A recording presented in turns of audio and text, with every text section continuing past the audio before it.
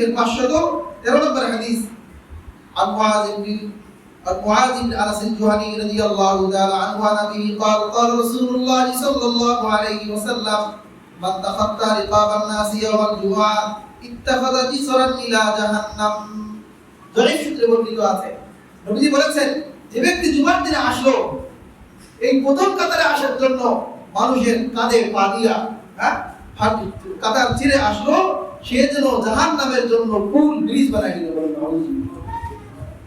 দেখেন আমি আসলাম সওয়াব কামাই করার জন্য, যেখানে এক এক বছরে এক এক কদমে এক এক বছরে নামাজ এবং রোজার সওয়াব পাওয়ার কথা, যে সওয়াব তো নাই, উল্টো আরো কি জাহান্নামে আমি পুল ব্রিজ বানাই দিলাম, রাস্তা বানাই দিলাম। এজন্য জুমার দিনের আদবগুলো রক্ষা করার চেষ্টা করা এবং জুমার দিনে কথা না বলা, এই সম্পর্কে যে বলা হলো, যারা এই খুতবার সময় বিশেষ করে আরবি খুতবা যখন চলে ওই সময় যদি কেউ কথা বলে তার জুমার সমস্ত ফজিলত বাতিল হয়ে যাবে।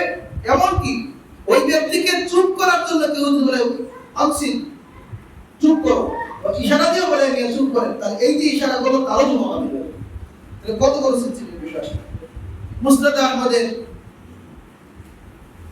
20023 নম্বর হাদিস, 2023 নম্বর হাদিস ইবনে আব্বাস রাদিয়াল্লাহু তাআলা আনহু থেকে বর্ণিত, নবীজি বলেন মান তাকাল্লামা ইয়াওমাল জুমআ ওয়াল ইমামু ইয়াখতুবু, যে ইমাম সাহেব খুতবা দিচ্ছে আর কোন ব্যক্তি কথা বললো, ফাহুয়া কামিসলিল হিমারি ইয়াহমিলু আসফারা, যে এই ব্যক্তি হলো গাধার মতো যে গাধার বোঝা বহন করতেছে।